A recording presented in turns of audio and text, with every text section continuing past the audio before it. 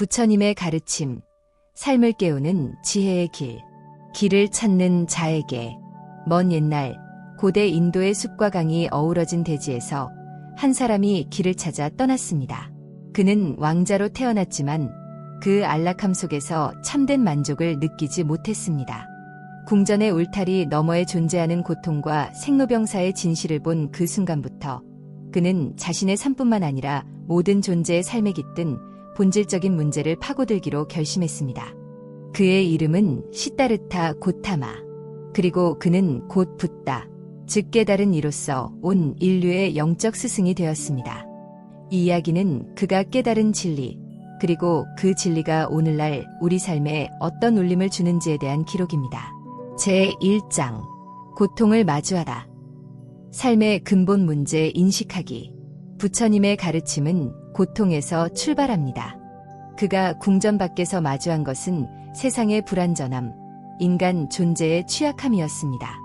늙고 병들고 죽는 사람들을 목격하며 그는 스스로에게 물었습니다. 이것이 과연 진정한 삶인가? 이 물음은 그의 전생애를 통틀어 가장 근원적인 질문이 되었고, 이를 통해 그는 삶의 본질을 관통하는 하나의 진리를 발견합니다. 그 진리는 바로 재행무상. 모든 것은 끊임없이 변하고 존재하는 모든 것은 소멸을 향해 간다는 불변의 법칙입니다. 그러나 우리는 그 변화를 받아들이지 못하고 영원함을 기대하며 집착하게 됩니다. 이 집착이 곧 고통을 낳는 씨앗이 된다는 사실을 부처님은 명확히 보셨습니다. 제2장, 고통의 원인, 집착과 무명, 번뇌의 고리. 고통에는 원인이 있습니다. 그것은 단순한 외부 환경 때문이 아니라 바로 우리의 마음 안에 있는 무명과 집착 때문입니다. 무명은 사물의 본질을 알지 못하는 어두운 마음 상태입니다. 우리는 삶을 영원하다고 착각하고 자기 자신이 고정된 실체라고 믿습니다. 이 무지에서 비롯된 집착이 우리를 고통의 사슬에 묶습니다. 부처님은 연기의 법칙을 통해 이러한 마음의 구조를 설명하셨습니다.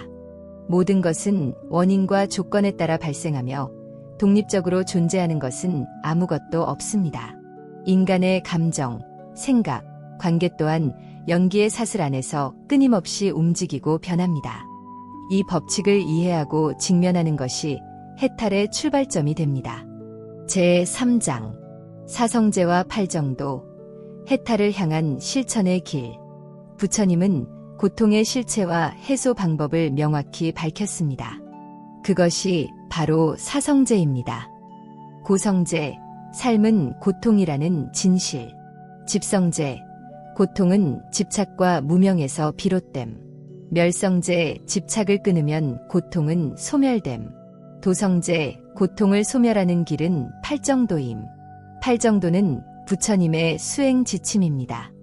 올바른 견해, 올바른 생각, 올바른 말, 올바른 행동, 올바른 생계, 올바른 노력, 올바른 마음챙김, 올바른 집중.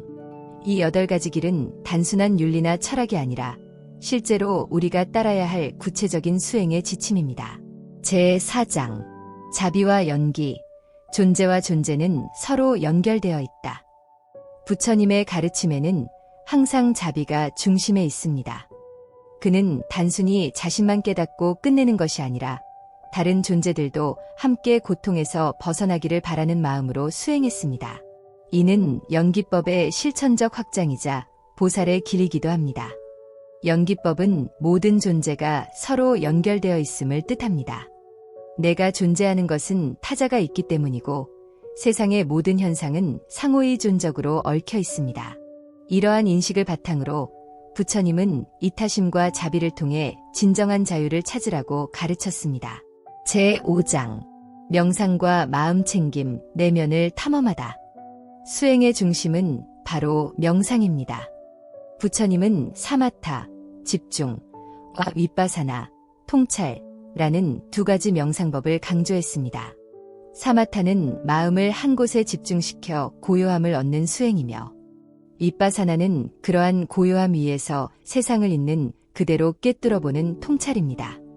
특히 사띠, 마음챙김, 매 순간 자기 마음을 관찰하고 무의식적인 반응에서 벗어나 의식적으로 살아가는 힘을 줍니다.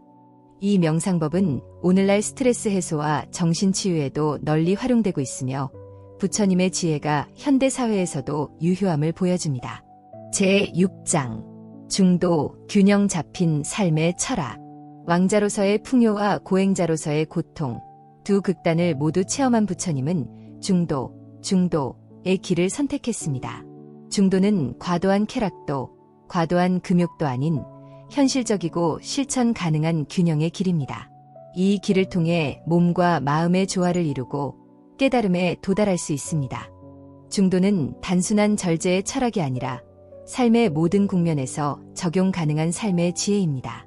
감정의 균형, 인간관계의 균형, 일과 휴식의 균형 등 우리 일상의 다양한 영역에서도 중도의 가르침은 실용적인 지침이 됩니다. 제7장 지혜와 자비, 수행의 두 날개. 불교 수행은 지혜와 자비라는 두 날개로 이루어져 있습니다. 지혜는 사물의 본질을 꿰뚫어보는 눈이며 자비는 그 눈으로 모든 존재를 따뜻하게 감싸는 마음입니다. 부처님은 지혜 없는 자비는 무력하고 자비 없는 지혜는 냉정하다고 가르쳤습니다. 따라서 진정한 깨달음은 지혜와 자비를 함께 닦을 때 이루어지며 이 두 가지를 균형 있게 실천하는 것이 부처님의 핵심 가르침이자 불자의 올바른 길입니다. 제8장 승가와 가르침의 확산. 부처님은 홀로 깨달음을 얻은 후에도 그 진리를 다른 이들과 나누기를 원하셨습니다. 이에 따라 제자들을 모아 승가를 조직하였고 이 공동체는 이후 불교의 근간이 됩니다. 승가는 단순한 수행자의 모임을 넘어 법을 보존하고 전하는 핵심 축이 되었습니다.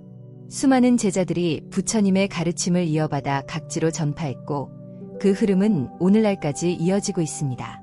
승가는 지금도 전 세계 수많은 수행자들의 영적 기반이 되고 있습니다. 제9장 시대를 넘어 전해지는 빛. 부처님의 말씀은 수천 년이 지난 지금도 여전히 유효합니다. 그 이유는 그의 가르침이 단순한 사상이나 교리가 아니라 누구나 겪는 고통에 대한 해법을 담고 있기 때문입니다. 그의 가르침은 각자의 삶에서 고통을 직면하고 자기를 돌아보며 자비와 지혜를 통해 치유하고 성장하게 합니다. 불교는 다양한 문화와 융합하며 각자의 삶 속에서 새로운 해석과 실천으로 살아 숨쉬고 있습니다. 오늘도 전 세계 수많은 이들이 부처님의 가르침을 통해 삶의 방향을 찾고 있습니다.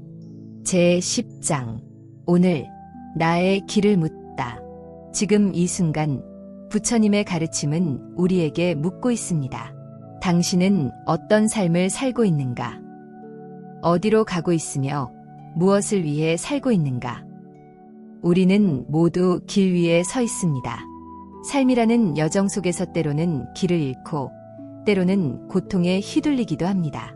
하지만 고통을 직시하고 원인을 이해하고 해탈을 향한 길을 걷는다면 누구나 자신의 내면에서 부처를 만날 수 있습니다.